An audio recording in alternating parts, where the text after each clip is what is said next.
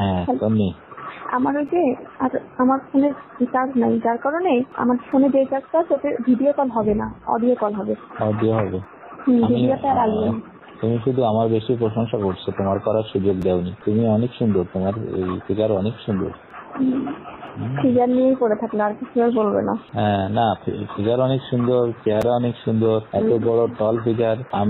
আমার লম্বা মেয়েদের পছন্দ বেশি। হ্যালো, শুনছি। তুমি অনেক লম্বা না, তারপরে অনেক ভালো লাগছে, মানে অনেক ভালো লাগছে। এবার হবে, ওগুলো তো ছিল। এবার এনে রাখবেন। হ্যাঁ হ্যাঁ, আমি যখন যাবো তখন এনে রাখবেন, আর আমরা এবার লং টাইম একটু সময় কাটাবো, যাতে আমার যাতে আরো বেশি ভালো লাগবে। আসলে কি আপনাদের কিছু ছিল না, আমারও একটা খুব নার্ভাস হচ্ছিলাম, যদি কোনো ভুল হয়ে যায় একটা আমিও যেহেতু কোনো প্রোডাকশন ছিল না, আমি বারবার ভাবছি যদি কোনো ভুল হয়ে যায় একটা টেনশন মাথায় কাজ করতেছিল। আর ওটা থাকলে আরো বেশি রিল্যাক্সে করতে পারবো। না তারপরেও তুমি তো আমারে সুযোগ দিচ্ছ, বললে যে বাইরে ফেলি। হ্যাঁ, আমি আমার সেকেন্ড বারে কিন্তু আমার মোটামুটি হয়েছে। সেকেন্ড বারে, ফার্স্ট বারে হলো তুমি তোমার টেকনিকে নিয়ে নিলে, তাই না, হাতে করে। আর সেকেন্ড বারে হয়েছে ওইটা বিছানায় শুনছি। আমি না ওই বিছানায় তো আছে, শালারা তো পাল্টাইনি, ওরা বুঝবে কি হবে, বলতেও তো পারতিস। হ্যাঁ, বিছানা তো এটাই আছে, আমি এই দিকে সরে আসছি, ওই কোনার দিকে। তো বিছানা তো পাল্টাইও দেয়নি চাদর। বললে তো সন্দেহ করতো। হ্যাঁ সেটাই, দেখি কালকে একটা বুদ্ধি করবানি, আগে থেকে ফেলে রাখবানি, বলবানি যে চাদর পাল্টায় দাও না কেন, চাদর ডেলি পাল্টাবো, এই বলে দিল। আমার না এখন এটা আমি সেটা বুঝতে পারছি, আপনি আসলে সত্যি অনেক সেক্সি। আমার ধারণার বাইরে, ধারণা ছিল না আপনি এতটা হট আর কি। আপনি জানেন না, একটা মেয়ে হিসেবে আমি খুব প্লিজড। হ্যাঁ না, আমি শুনছি, শুনে আমার ভালো লাগছে। আমি খুব সন্তুষ্ট, আমার যতটা চাওয়া ছিল তার থেকে বেশি পাইছি। না ভালো, আমারও টেনশন কিছুটা কাজ করতেছিল যে আমার অনেক বয়স হচ্ছে, তুমি পারবে কিনা। আমার এই যন্ত্রটার সাইজও কিন্তু ভালো না। ওইরকমই তো হয় ছেলেদের, আমার কেমন না বড় ছোট হয় না, ঠিকই তো লাগলো, আমার মতন তো ঠিকই আছে। হ্যাঁ, আমি ভাবছি এরপরে তোমার এই ঘাড়ে তোমার পা দিয়ে আমাকে ধরতে দেরি আর আমার কাছে যাইতে দেরি হয়নি, আমার এতটা কারেন্টের মতো আমি চলে গেছি আজকে। ও হ্যাঁ, এখানে ঢুকেই তো আমরা ওই যে আগের দিন আলাপ করে নিচ্ছিলাম না, এই জন্য। ঠিক আছে, আমাদের বয়সের ব্যবধান আছে, কিন্তু জুটি ভালো। আমার তো মনে হলো না যে কোনো ব্যবধান আছে। কোনো ব্যবধান বলে মনে হলো না। আপনি যে সেক্সি, অনেক।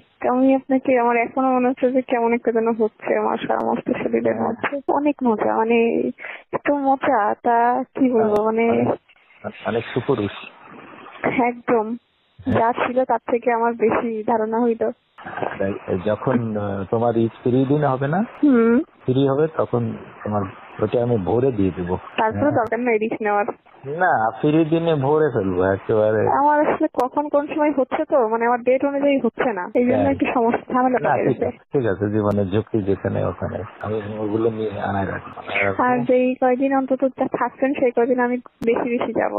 আমাদের নাই হস করে থাকলো না এটা, কিন্তু আমাদের কি একটা কথাবার্তা হবে না? হ্যাঁ হবে। কেমন আছি, কি করছি, খাইছি কিনা, এমন তো কথা বলতেই পারি, তাই না? আমাকে ভুলে যাবেন না তো? স্বার্থপরের মতো বলে আমার খুব ইচ্ছা তোমার গর্বে আমার একটা বাচ্চা, তাহলে আমি খুব খুশি হব। কারণ কি জানো? কেন? তোমার হাইট ভালো তো, যদি একটা ছেলে হয় সে প্রায় 6 ফিটের কাছে হবে, তারপরে ওরে ভালো পড়াশোনা করালে ভালো হবে না বলো? আর আমি তোমার পাশে লজিস্টিক সাপোর্ট থাকলে তোমার বাচ্চা তো ভালো বড় অনেক সুন্দর হবে। এটা দেখে সব কিছুতেই তোমার ভালো হবে। আমারও তোমার দেওয়া অনেক ভালো। তোমার নাও না একটা বাচ্চা। আমার তো এখনো তো আমি শারীরিকভাবে সুস্থ হতে একটা বছর সময় লাগবে। আগামী তুমি যখন হও তখন আমি তোমার হুমকির মধ্যে ফেলবো কেন? আমার বাচ্চার মা হয়ে যদি তোমারই বাচ্চা তার জন্য তুমি অসুস্থ হও, তাহলে বাচ্চা অসুস্থ থাকতে হবে, মারও তো সুস্থ থাকতে হবে। এখন যেমন তুমি যখন আমার বাচ্চার মা হবা, তখন তো বউ আর তোমার ভিতর পার্থক্য কি বল? তুমি পর আমার অনেক মায়া থাকবে না? আমার আসলে অনেক মায়া জন্মায় গেছে, আমি বোঝাতে পারছি কিনা জানি না। আমি তো একটা মেয়ে, আমার কিন্তু এটা একটাবার কিন্তু আমার দ্বিতীয়বার ভাবতে হচ্ছে না যে আমি নিবো না। আমি এক সেকেন্ডে ভাবতে পারতেছি যে আমি নিবো, আমি প্রস্তুত। আমার কাছে একটা স্মৃতিটা সারা জীবন থাকবে। আমি আপনাকে সত্যি অনেক ভালোবেসে ফেলছি। আর যেখানে দুটো মনের মিল হয়ে যায় সেখানে আসলে আমি রনির সাথে একটু আনইজি ফিল করি, কিন্তু আজকে আমার কাছে কোনো বাধাই মনে হলো না। আমি এতটা এক্সাইটেডমেন্টে আমি এসেছি, এতটা আমিও দেখো ফ্রিলি মিশছি, এতটা ফ্রিলি আসলে আমি রনির সাথে কখনো মিশি না। আমি না খুব চিৎকার করি, আমার কিন্তু আপনার বাসায় যে আমি চিৎকার করতে পারি নাই। করো, সেটা ওই আগ্রহ বাড়ে। তুমি চিৎকার করলে আমার আগ্রহ বাড়বে। সেখানে করতে পারিনি। আমার খুব মানে মনে হচ্ছে আমাকে যেন খাতায় বন্দি করে রাখছে। আমি 100% দিলে আপনি আরো আমার হয়তো আমি 50% দিতে পারছি। ওকে, ঘুমাও, সকালে কালকে কথা হবে। Thank you. ওকে, আল্লাহ হাফেজ।